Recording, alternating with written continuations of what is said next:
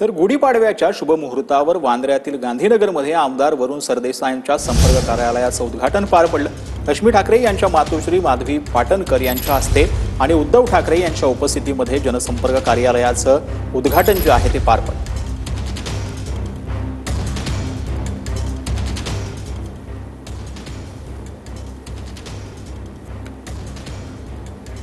शिवसेनेच्या शाखा तर आहेतच, पण एक स्वतःचं कार्यालय असलं की जनतेला एक हक्काचं ठिकाण मिळतं आमदारापर्यंत पोचायला। आणि म्हणून आज या जनसंपर्क कार्यालयाचं उद्घाटन हे स्वतः शिवसेनेचे पक्षप्रमुख उद्धव ठाकरे साहेबांनी केलं। त्यांच्यासोबत आदित्य ठाकरे साहेब पण होते, अनिल परब साहेब आले, मिलिंद नार्वेकरजी आले आणि त्यामुळे एक अतिशय समाधान आहे।